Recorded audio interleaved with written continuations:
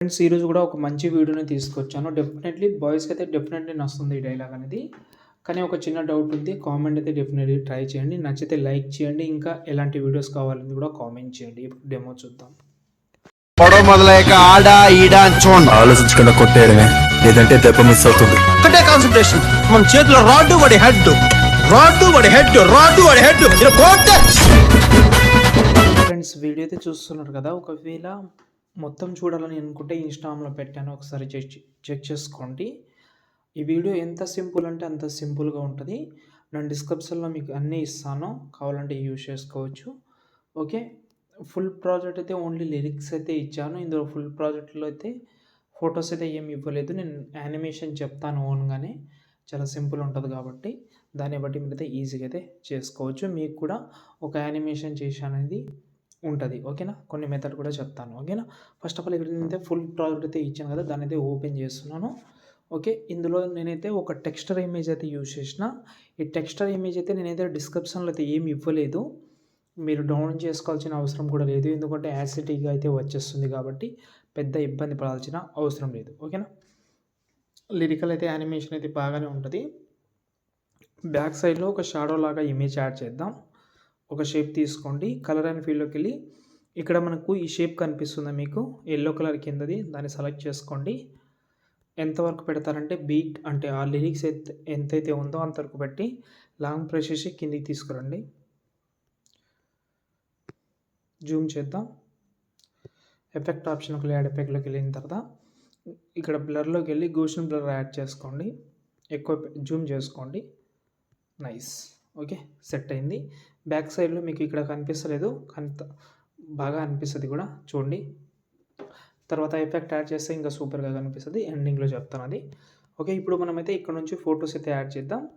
అంటే ఎవరైతే ఫోటో పెడతామని అనుకుంటున్నారో వాళ్ళ ఫొటోస్ అయితే పెట్టండి. ఇక్కడ నేను ఎగ్జాంపుల్గా కొన్ని ఫొటోస్ ఉన్నాయి కాబట్టి పెడతాను. ఫోటో పెట్టాను, బీట్ మార్కర్కు పెట్టి కట్ చేసిన, మళ్ళీ బీట్ మార్కర్కు పెట్టి కట్ చేసిన.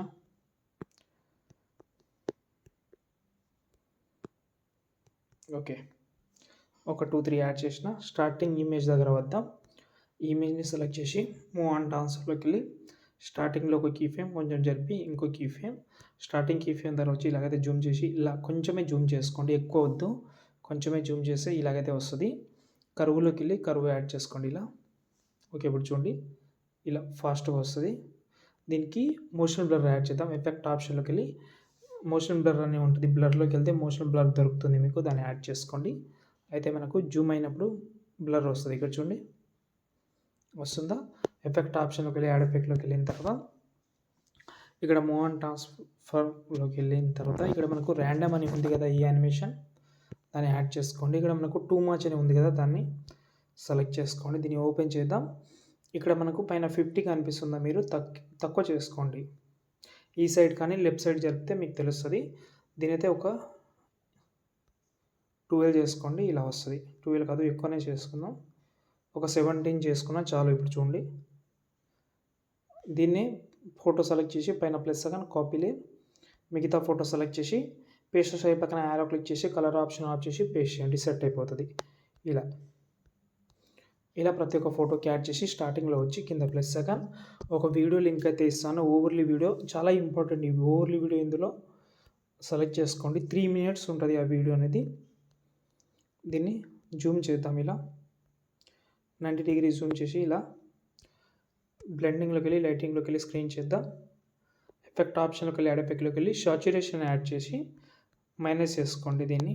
దాంతోపాటు ఎక్స్ట్రా పార్ట్ ఉంటుంది కదా వీడియో కంటే ఎక్కువ, దాన్ని అయితే కట్ చేసి వీడియోని అయితే సేవ్ చేసుకోండి. జై హింద్.